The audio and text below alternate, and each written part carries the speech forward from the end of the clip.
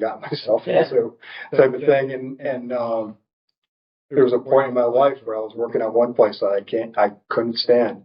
And Monday through Friday was absolute torturous for me, but I was like, I had to pay bills.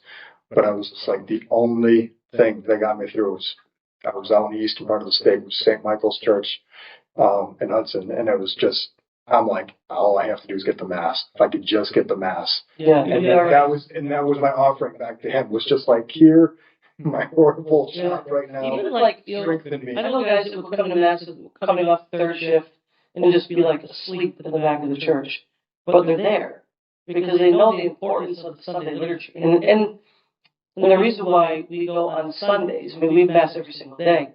So sometimes people will say, well, does it matter if I go Monday, Wednesday, I'm going. Sunday is the day of the Lord's resurrection. The day he defeated sin and death. The victory. The victory is on that day. That's what makes that day so important. So what you're saying by skipping a Sunday mass is, that's not so important.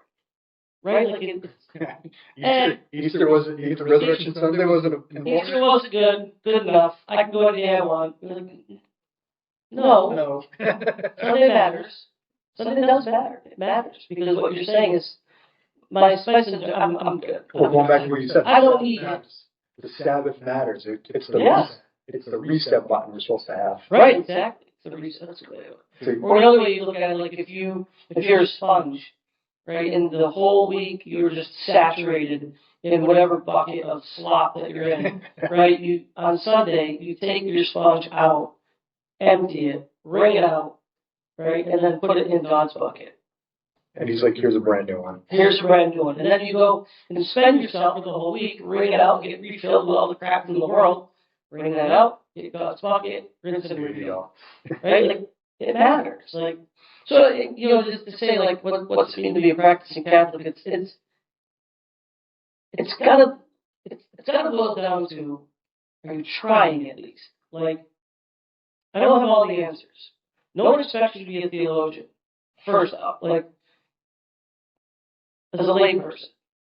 Now, if your friends know that you're a practicing Catholic, you become the de facto spokesperson for the Catholic Church. Very true. But you don't need to have all the answers. You don't feel compelled or feel like you have to answer.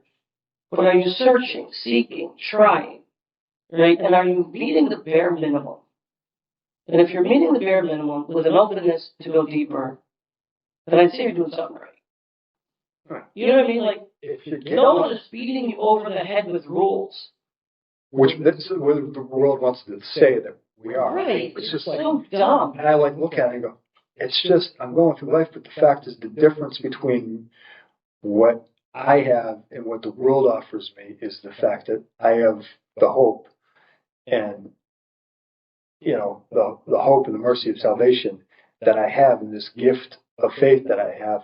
That strengthens me to get through because I just see, people are like, I'm living the dream. It's just like, but they're like, I'm just, where they're just like, yeah, exactly. Who are you living for? What are you living for? Right. And to just have that where I know, there was another saying I remember hearing as a kid was, this life is a test, but it's not a test of the American broadcasting system. That's for all you Gen Xers. That's funny.